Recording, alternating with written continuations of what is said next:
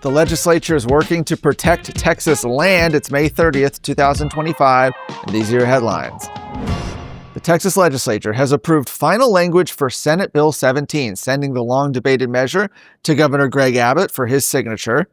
The bill, designed to restrict foreign adversaries from acquiring land in Texas, has undergone significant changes since it was first filed, culminating in a version that its supporters say finally closes some key loopholes. Authored by Senator Lois Kolkhorst and carried in the House by Representative Cole Hefner, the legislation prohibits governments, companies, and individuals from countries designated as national security threats, those would be China, Iran, North Korea, and Russia, from acquiring any interest in real property in the state. That includes homes, agricultural land, industrial sites, groundwater, and other critical assets. Now, one of the most controversial components during debate was an amendment offered on the House floor by Representative Matt Shaheen that would have allowed foreign nationals from adversarial nations to purchase land as long as they were lawfully present in the United States.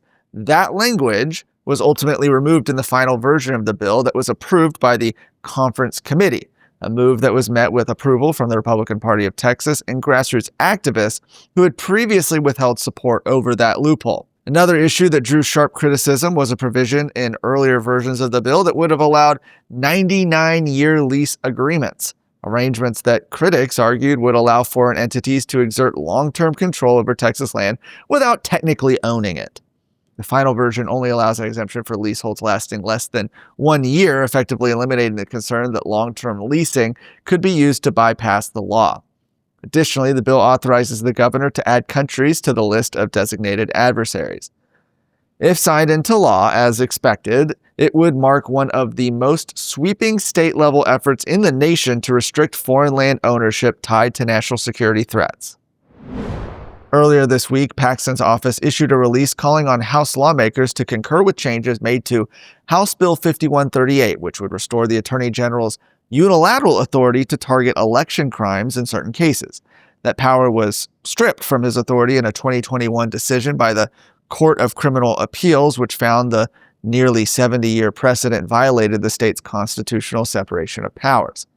Under HB 5138, law enforcement must inform both the local district attorney and the state attorney general upon determining that there's probable cause to believe that an individual has committed an election crime following an investigation. In addition, law enforcement agencies and local prosecutors' offices are required to comply with the Attorney General's request for information regarding investigations into the alleged crime. Now, while lawmakers in the House and Senate have already passed versions of HB 5138, differences between the two are substantial. The version previously passed by the House would require the Attorney General to prosecute alleged election crimes only after a local district attorney fails to initiate criminal proceedings within 6 months of receiving the case. The version passed by senators in a 1912 vote, however, would give the Attorney General concurrent jurisdiction to prosecute the cases from the outset. House lawmakers refused to concur with the Senate version and requested a conference committee to flesh out the differences. If the conference committee cannot come to a resolution before June 2nd, the measure will die this session.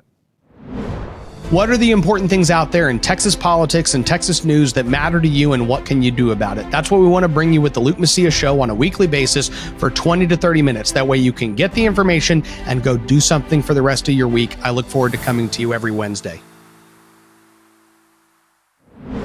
Harris County's top officials are among the highest compensated government employees in America, with 9 department heads earning more than the U.S. president. That's a $400,000 salary. 45 county employees now receive compensation that surpasses the $250,600 salary of a U.S. cabinet secretary. This year, Harris County implemented significant salary increases for several department heads, with some receiving raises exceeding $100K.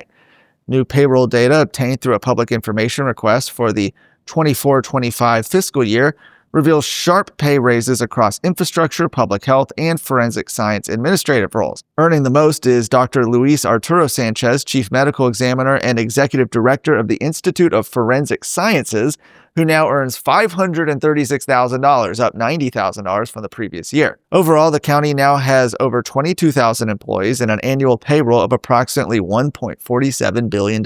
Recent compensation actions include $12 million in supplemental raises and an increase in the county's minimum wage for employees and contractors to $20 an hour.